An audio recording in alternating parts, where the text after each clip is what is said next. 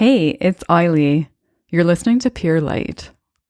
This is episode 8, and I am so excited that you're here today. I'm going to talk about the real point of meditation.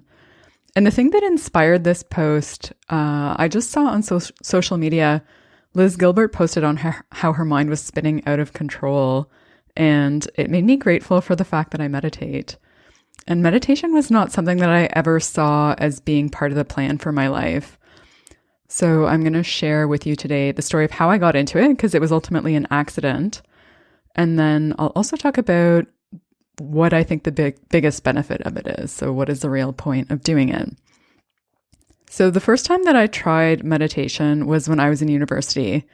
I was really stressed out because I was in a competitive program, and I was also clinically depressed. And my therapist wanted me to take this course. It was called Mindfulness-Based Stress Reduction, which is a yoga and meditation course and mindfulness course. It's created by Jon Kabat-Zinn. Like thousands, if not more, people have been through it. And it's helped a lot of people really alleviate the symptoms of stress and depression and anxiety and even physical pain. And anyway, I took this course and I enjoyed certain aspects of it. Like I really enjoyed the yoga part. But when it came to the meditation piece, like it did not help me. Like I actually felt like the meditation almost made things worse. And so I was like, I am never going to do this again after that course. I was like, I'm never going to meditate again. So that was my perspective back at that point. I assumed I was never going to meditate. And then years later, I got into yoga and I started going to class a few times a week. I still had no interest in meditation, no plans to do it. But after a couple of years of yoga, I decided I wanted to do a teacher training.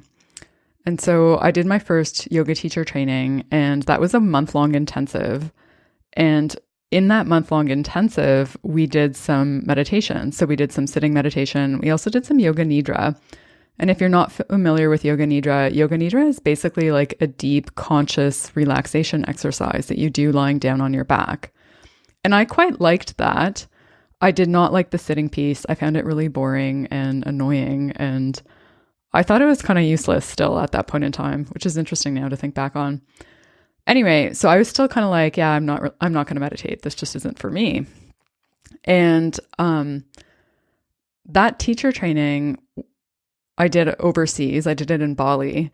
And then on my way home, I stopped in the UK to visit a friend. And while I was visiting that friend, we went to a bar. I bought a round of drinks, and I was walking upstairs with 2 drinks in my hand. And I tripped on the stairs, and in order to not make the drink spill, I really like whacked my knee hard. Like I could feel the fall in my hip. And because I hit my knee and then it kind of like messed up my hip. Anyway, so after that, I was kind of injured, and it was right after that I came back home, and I had just been traveling for the better part of a year. And so at that point, I was kind of like I really wanted to do yoga, but it wasn't a possibility because of my injury, because my hip was out of whack and my knee was out of whack. And so I was like, I need to do something to deal with this stress of coming back and reintegrating into a kind of having a normal life. And that's when I was like, you know what, maybe I'll try meditation. And so I started meditating, and I started doing, it was like a yoga nidra thing. It was like lying down on my back. And it took a few weeks for me to really get into it. But once I did, it started to have the same impact on me as yoga did. So it really started to make me feel calmer and less stressed out, and really increase my resilience to whatever was happening. So it's been about 7 years now since I started meditating.